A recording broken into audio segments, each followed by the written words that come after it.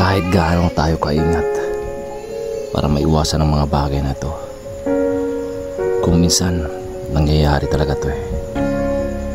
Ito siguro yung sinasabi nilang pagsubok. Dito nakikita kung gaano ka katatag, gaano ka kalakas para harapin ang lahat ng mga ito. Ang masaklap lang, yung kapos ka eh. Yung sige lang, pupush ka lang para may magamit. Pero kinabukasan,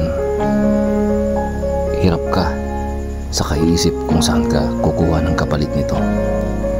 Pero sa lahat ng mga pinagdadaanan natin ng mga pagsubok sa buhay guys, gumawa ka lang ng mabuti, maging matatag ka lang para sa mga bagay na ito, para sa iyong mga pamilya.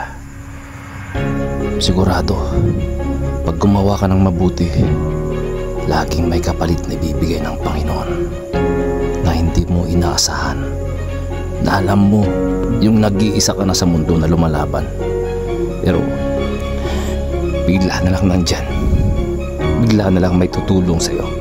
Kaya maraming salamat sa binigay mo Panginoon na instrumento para magkaroon ako ng gagamitin at gagastusin para sa problemang ito na aking kinakaharap.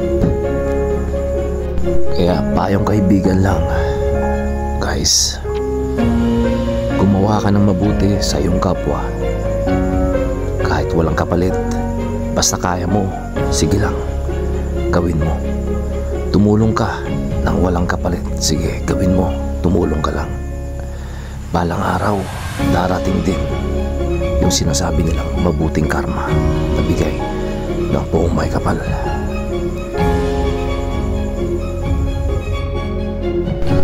Para sa iyo coach, ang vlog ko na to, kahit nandiyan ka na sa kabilang buhay, inagabayan mo pa din ako.